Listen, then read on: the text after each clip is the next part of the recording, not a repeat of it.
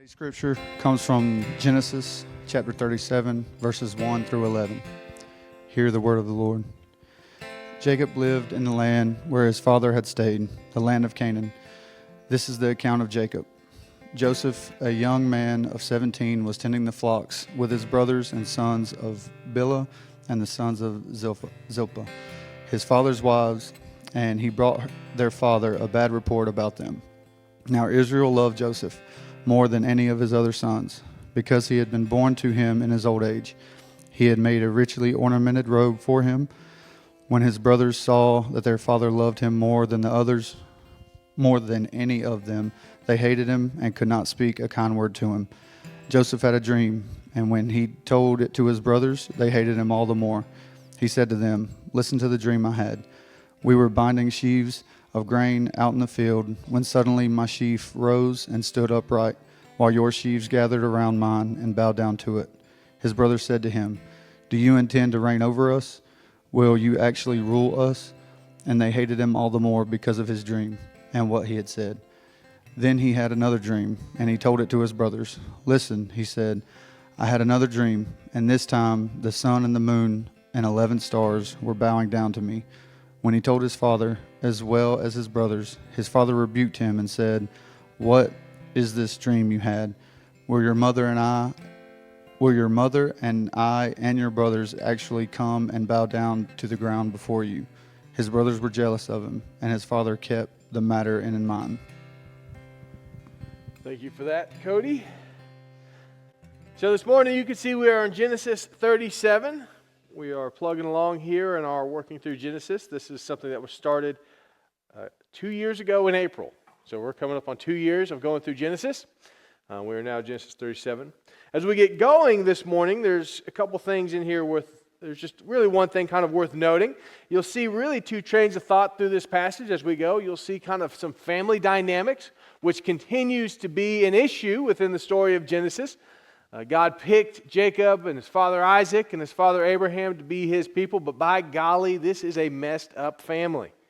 They have got some issues. So we'll belabor that point again a little bit. We could probably do that just about every week. The second thing you'll see in here is the idea of when God's in something, it's not done till it's done. And so this morning, as we work through this passage and this sermon, you'll kind of hear both of those things at the same time as we go through this passage. But as we begin, there is an anonymous piece that views the family as a garden. In an effort to understand how to best put their family together and things that are important and things we should look at, this anonymous piece tells us what we should do, what we should cultivate, and how we should help build our families well. And it is worth starting here because, once again, we're talking about a very dysfunctional family. Joseph's family is dysfunctional. Jacob has brought dysfunction into this family, and it is only getting worse. It is not getting better. We can even go back to Abraham and see some of the dysfunction begin. And so as we think about this idea, this anonymous piece tells us that a family, like many things, is perhaps most like a garden. There are things that need to be cultivated. There's things that need time and attention. There's things that need sunshine of laughter and affirmation. But families also need difficulties. Families need tense moments. Families have serious discussions about issues that matter. And there must be spade work where harness is broken, loose and planted, fresh seed to accomplish what needs to be done. With lots of TLC, a family can be cultivated. And so in this suggestion from this author, they tell us there's a few things worth planning. The first is this: 4 rows of peas. Preparedness, perseverance, promptness, politeness. And then 3 rows of squash. Squash gossip, squash criticism, squash indifference. Along with 5 rows of lettuce. Let us be faithful. Let us be unselfish. Let us be loyal. Let us love one another. Let us be truthful. And then 3 rows of turnips. Turn up with a smile.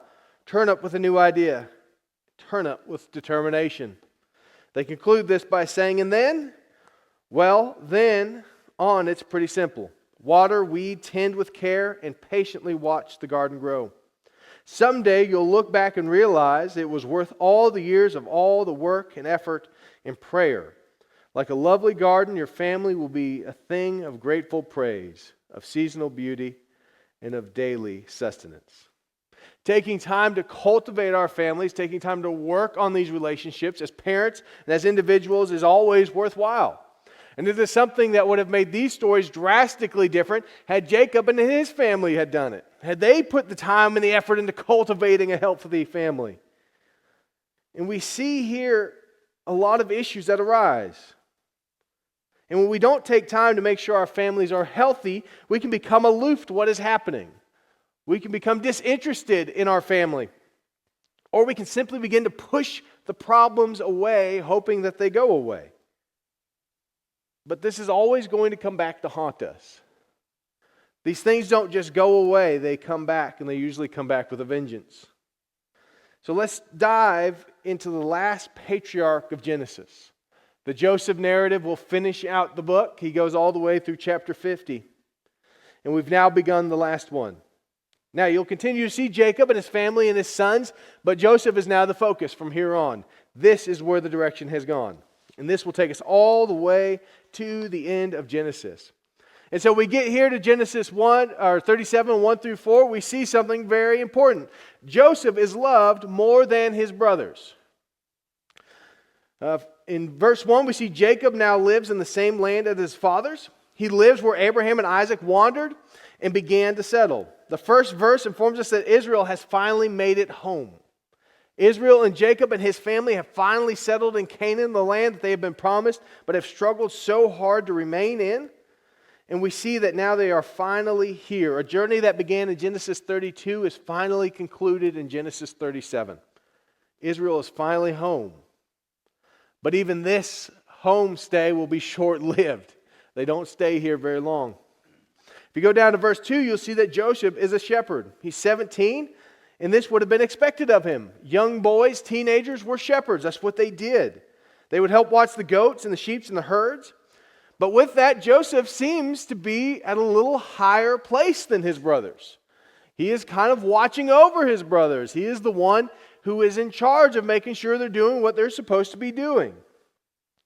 Because he is the son of the beloved wife. He is the son of the late Rachel, who has passed away. And so he has oversight over his brothers, at the very least over his brothers who were through Jacob's concubines. And so he comes to report what they are doing. As you can imagine, if you have siblings, when your sibling comes to tell your father or your mother what you're doing wrong, that doesn't typically make you very happy. And so this is definitely the case here. Joseph's brothers, are not really a big fan of him. And so we see what has kind of been understood up to this point is now made explicitly clear in verses 3 through 4 when Genesis tells us this. Now Israel loved Joseph more than any other of his sons because he was the son of his old age. And he made him a robe of many colors. But when his brothers saw that their father loved him more than all his brothers, they hated him and could not speak peacefully to him. One of the many ways that Jacob shows his love for Joseph is by giving him an elaborate coat. This coat would have been sewn together of different colors, of different colored fabrics. And there's some debate as to what exactly the coat looked like. The coat could have either been a long-sleeved robe that came down to his knees. It could have been a long-sleeved coat, more of a coat form. Or it could have been a sleeveless robe that went all the way down to his knees. There's only one other time that this word here for robe is mentioned. It's in 2 Samuel 13:19 when it describes Tamar's robe. And so we're not really sure what it looked like, but we do know a few things. First thing is we know that it was very colorful. It was a very nice cloak, robe, whatever exactly it was. And it was something that showed his importance and his love in the family. Jacob gives him this brightly colored coat. And so this was something that was done. You would dress your children in bright colors, these children that you loved in bright colors. This is something that is still done today in these cultures. These kids would be dressed in really bright colors, and I think it's something we even do today. We dress our kids in these bright, flashy colors. And so Jacob is showing his love for his son by dressing him in this coat. And something I always find interesting when we think about these Old Testament Bible stories, it's sometimes easy to think of them in black and white, as if everything's drab and everything's gray and everything's white. But the reality is these cultures were very, very colorful. There was a lot of color to be found in all of these. So when you read these stories and they describe clothes or tents or things, you should view those as colorful, because a lot of times they were. And so here Jacob is given this colorful coat. And so now he has a physical representation of his dad's favor towards him. An outward look, we can see how much dad loves Joseph, because look at the coat he has just given him. So along with the favor that dad has now just bestowed on Joseph, there's something else worth noting, is that this probably put Joseph in a position of leadership. Brightly colored coats and robes is not what you work in. In the same way, you don't go tend your garden in your yard in your suit and tie. He's now wearing a coat that he's not going to get dirty in. He's not watching the sheep in this coat. He's not tracking goats through mountains in this coat. He's now been put in a position almost of leadership. And so he has favor as well now as leadership. And so he has love and stature in the family are both confirmed by Jacob's actions. He gives him this coat. But there's something worth noting here right off the bat in our first application. Showing favoritism towards our kids leads to strife, pain, and broken relationships.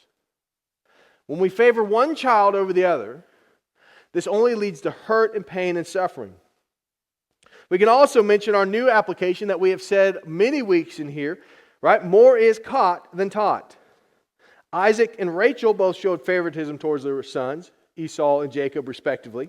And Jacob followed suit. He learned, we show favoritism. The son I love the most is the son who I give stuff to. And so he has learned this. And so Jacob's favoritism extends beyond his children, however. If you remember, he loved Rachel more than he loved Leah. Jacob has created a very unhealthy and a very toxic environment within his own home. Whether he knows it or not, we're not sure. But he has created an unbelievably toxic situation within his own home. And he continues to make it worse. Whether Jacob pushes the toxicity away or is just aloof to it all going on, we don't know. But he gives his son a coat that continues to affirm his status. And so what we see is favoritism is something most parents face and should be wary of. One study revealed this: 65% of families reported evidence of favoritism. This extends beyond just a few families and has been revealed to be evident across cultures and across every marker imaginable. 65%. It is a major factor in childhood development and leads to issues later in life. It has been labeled parental differential treatment, or PDT for short. And so what we see is, although favoritism is really an issue between the parents and the children, it has a huge effect on how children relate to each other. Favoritism can harm the sibling bond over the life course and increase tensions and conflict between siblings. This is especially worrying, as having a good relationship with our sibling is important for our lifelong health and happiness. We see that psychology issues are centered around children with PPD or PDT. The children struggle with their relationships with each other. Not only do we have issues between parents and children, but now we have issues between children. And the sentiment is echoed by Mallory Williams as she looks at the long-term effects on kids. The biggest long-term dangers are depression, anxiety, unstable or even traumatic reactions in personal relationships, and performance anxiety for both the favored and the non-favored children. When favoritism takes a prominent place in our family, some long-term effects and issues are going to appear. We can unintentionally hurt our family, our kids, and make life harder on those around us when we show favoritism on one kid over another. This is seen in Jacob's life and his kids. These actions greatly affect the kids who are not considered the favorite. But it also has a negative effect on the child who is the favorite. The article continues, while being the favored child may sound like a walk in the park, it's far from it. Being favored means almost always being resented by the other children. The parents' unequal attention poisons sibling relationships without even trying. These quotes and ideas are seen in Joseph's life and his interaction with his brothers. Now, they are extreme, for sure. But Jacob has created an extreme environment of this favoritism towards Joseph. Showing favoritism to one child over another has long-term effects on the family and can greatly hurt the relationships between our children and between our spouse and between those around us. And as we look at this chapter and as you look at the rest of this chapter, you will see these things appear. Although, like I said, are they extreme? Absolutely. But are they showing exactly what modern psychology is telling us the problem is? Absolutely. They have a problem. There is no interchild relationship. There is no interpersonal relationship. And what we see very plainly and evidently in chapter 37 is they hate Joseph. Genesis very seldom talks in the sensory language. It tells you what's going on and moves on. It doesn't tell you how they feel or what they're thinking, but we're going to see plainly that they hate Joseph and what is going on. And it's important to remember this and to look at these things, because sometimes we read these stories as if they're devoid of real life, as if they're devoid of what could really happen in the real psychological and pain implications of the decisions that are being made. Jacob has created a toxic environment in his own home that is going to lead to what happens next because of his overabundance of favoritism towards one child over the other. And it's not hard to see their issues. If you remember from Genesis 33, Jacob lines his children up basically from least loved to most loved. He thinks Esau is going to kill him and his family, and so he puts Joseph at the end of the line. And you know that his other children saw this and understood this. And like I said, verse 8 tells us that they hate him. And we see how much Joseph is loved.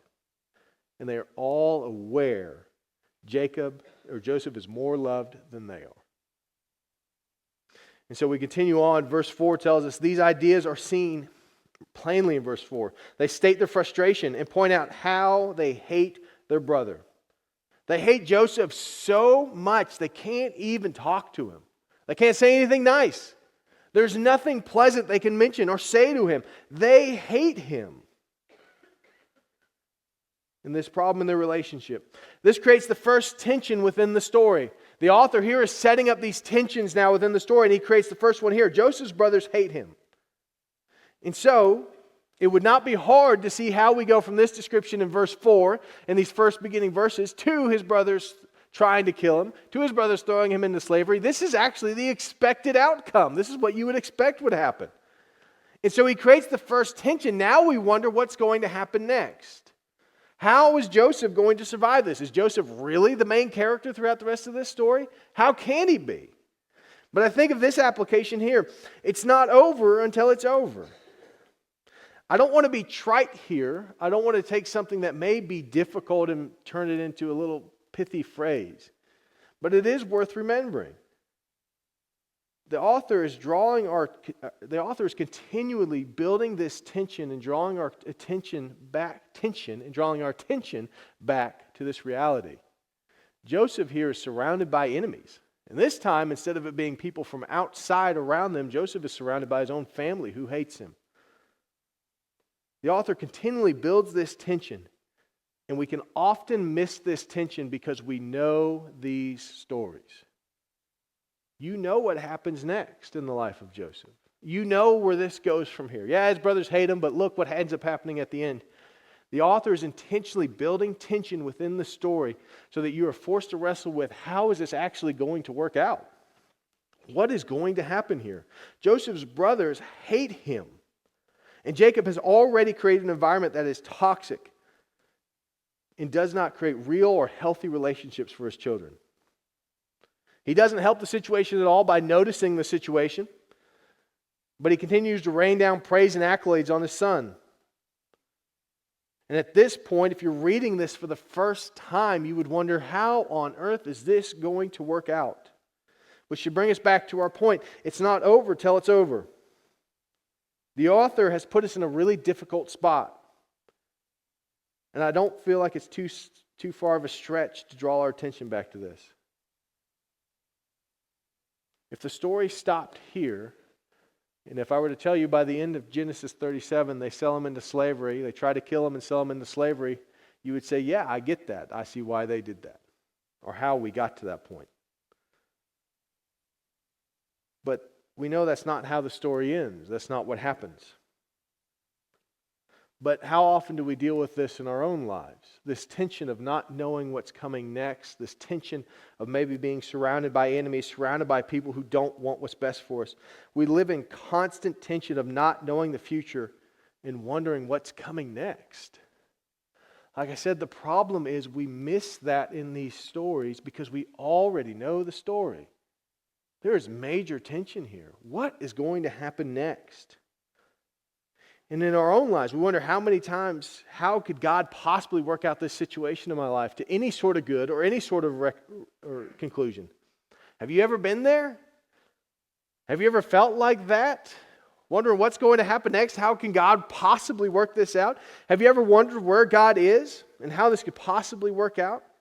And I think we should remember Paul's words in Romans 8:28. And we know that for those who love God, all things work together for the good, for those who are called according to His purpose. Does that mean everything is going to work out the way we want it to? No. There will still be difficulty. There's still going to be challenges. But it does mean God is working. It does mean God is moving. And this could be the theme verse for Joseph's life. God is always working everything out for the good of those who are called according to His purpose. While God is in it, it is not done till it's done. And as we look at the rest of this narrative, or as you think about the rest of the story of Joseph, I would encourage you to try to see this for the first time. Try to read this story for the first time. Try to study it for the first time. He feels the pain of being kidnapped by his brothers. He's eventually sold into slavery and thrown into prison. And Joseph's life is falling apart for over a decade. And you have to imagine in that, at some points he began to wonder if God's promises were really going to come true. That the promise he is given here in the next few verses of this chapter were actually going to happen. I couldn't imagine sitting in prison after I'd been sold by my siblings thinking, you know what, they're all going to bow to me one day. No idea how that's going to work out. But I think of the context of Romans 8 is looking at the gospel and the future glory. This life is hard and full of trouble. It's difficult. The Bible never says otherwise. But Paul here is looking ahead towards a future glory. He says all things work out for the good of those who love God. And this idea that one day we will be called into a relationship with Him. For Joseph is living in difficulty for over a decade, wondering what's going to happen next. He's living in a land that's away from home and constantly wants to come back home. And I think about us, we are living in a land that is not our home. But the Bible tells us as we sojourn in a country that is not ours, we'll eventually get to go home. We get to spend eternity with God and finally be home. All things work out for the good of those who are called according to His purpose. And Joseph is hated and miserable, but eventually, we'll see, even after his death, he gets to go home. And that's what Paul is talking about here. If we believe and put our trust in God, we will eventually get to go home. Everything works out together for the good of those who are called according to His purpose. For Joseph, it's not over till it's over. The first 4 verses of Joseph's narrative in the book of Genesis tell us that he is hated by his brothers. And by the end of this chapter, he will be sold into slavery. It's not over till it's over. So we continue on and we see that Joseph is hated by his brothers. He is miserable, or not miserable per se yet, but he is hated by his brothers. And now we get to verse 5 through 11. Joseph has and shares his dreams of his brothers bowing to him.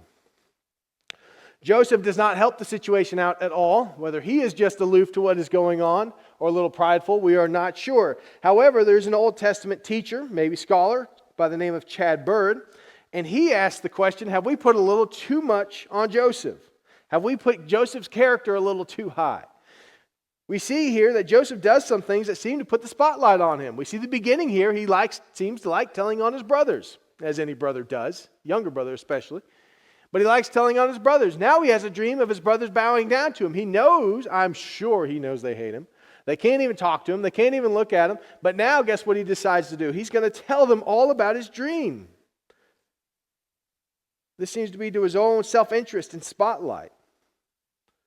He is hated by his brothers, and he tells them anyway. There's no tact here, and there's really no humility in Joseph's actions. Joseph has two dreams that say very similar things. And it's interesting, dreams were a very common thing in this day and time.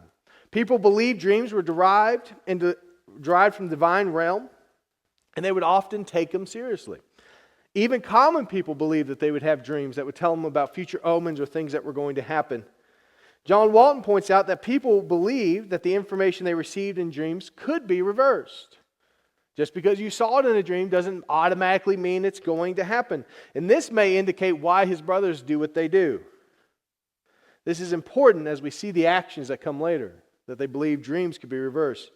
Dreams, like Joseph's dream of a rise to power and authority and becoming in a position higher than the rest, was not something unheard of in the day and time that he was doing this. There's an extremely famous example of Sargon, king of Akkad.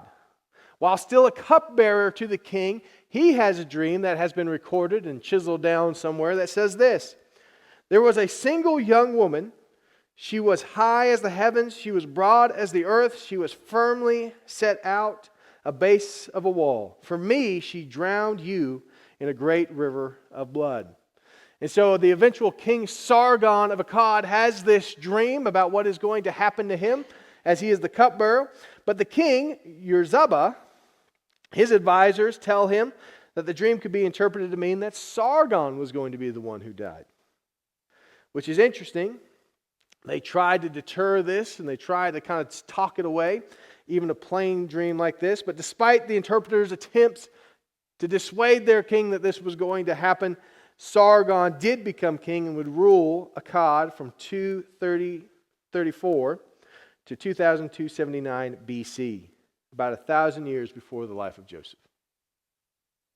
And so these dreams, this idea of rising to power, and these dreams about these rise to powers were not uncommon. This was not something that would have been unheard of. This is why his brothers take this so seriously. This was not new. So let's look at Joseph's dream here in verse 7. Behold, we were binding sheaves in the field, and behold, my sheaf arose and stood upright. And behold, your sheaves gathered around it and bowed down to my sheaf. His brothers said to him, are you indeed to reign over us? Or are you indeed to rule over us? So they hated him even more for his dreams and his words. Joseph describes the first dream. We see the sheaves of wheat.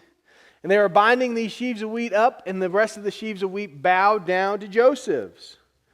And they understand. And it's interesting, if you know the ending of the story, Joseph really comes into power and rises to power due to a famine and storing wheat. And so this image here is not arbitrary. This image here is something that they would look ahead towards and that would eventually put Joseph into power. But there's no interpreter needed. His brothers understand what's going on. They are very frustrated and they become angry at this. They understand what Joseph is saying. He is telling them, you will bow down to me. And they call him out on what he is saying, and their anger and frustration and malice and hate towards Joseph only grows. And they can't say anything nice. This dream is focused on his brothers. You will bow down to me. But we'll see that the next dream goes beyond Joseph's brothers. In verses 9 and 10, we see that Joseph's second dream looks more to his whole family. It's also interesting to note that telling them the first dream went so well that he decides to go ahead and tell them the second dream. Once again, Joseph seems to have a little bit of interest here in being in the middle of the spotlight. I know no younger siblings have ever thought that or needed that in their lives. But here we see in verse 9, then he dreamed another dream, and he told his brothers and said, behold, I have dreamed another dream. Behold, the sun and the moon and the 11 stars were bowing down to me. But when he told to his father and to his brothers, his father rebuked him and said to him, what is this dream that you have dreamed? Shall I and your mother and your brothers indeed come and bow ourselves to the ground before you? And so we see that the second dream is a little bit different. In this one, his father and mother are included. Now, his mother being included is a little odd. If you remember a couple of chapters back, his mother, Rachel, has already died. And so the inclusion of his mother is a very strange thing in this dream. And so there's really two opinions as to why that might be the case. The first one may be that Joseph was about 10 years old when his mother died, give or take some. And more than likely after she passed away, Bilhah, his mother's servant, probably took him under her wing and she raised him as his mother. And so some say, well, he could just be referring to Bilhah. That's kind of it. He's just referring to the woman who more or less raised him.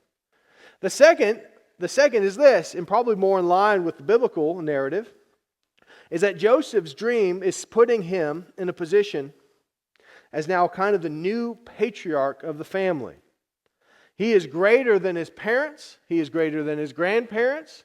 He is greater than his mother, who even has passed away, and that he will rise to this position of spiritual patriarch position.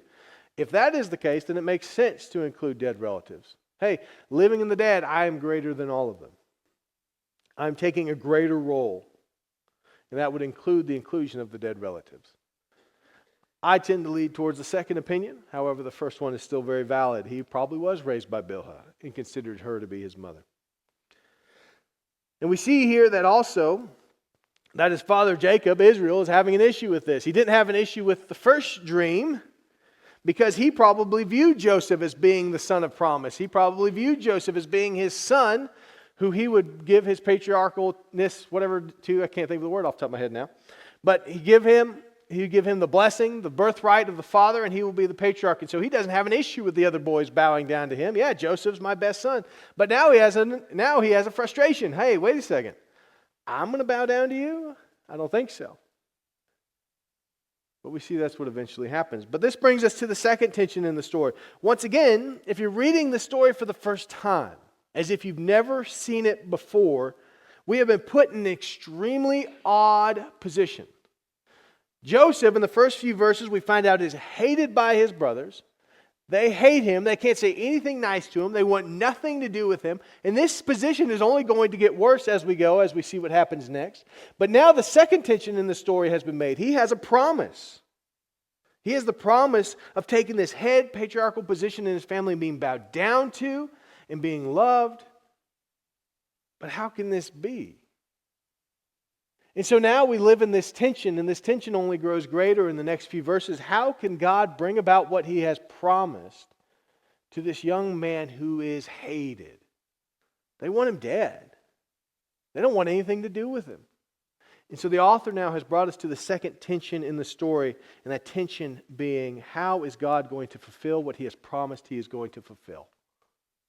And so if you're reading this for the first time, and like I said, I would encourage you to try to do that with as much as you can muster. You'll have to live in that tension until next week. But I think of in our own lives, we live in this tension all the time. We live in this tension of not knowing what is coming next. We don't know what is coming next. We're forced to wait. We're forced to wonder. We're forced to look ahead. We're forced to not know how God is going to pull this out. Things can feel like they are falling apart and we're not sure what we should do. But we have to remember that God works out all things for the good of those who are called according to His purpose and those who love Him. We also have another promise in Proverbs 3:6 that He will make our path straight if we acknowledge Him. Once again, if we acknowledge Him. It doesn't mean it's always going to work out the way we want. It doesn't mean life is always going to work out easy. But it does mean we'll be in God's will. And so as the band comes up this morning, as we finish out, as we live our lives in this tension, we need to make it our goal to create healthy and sustain healthy families. This is for the sake of our children.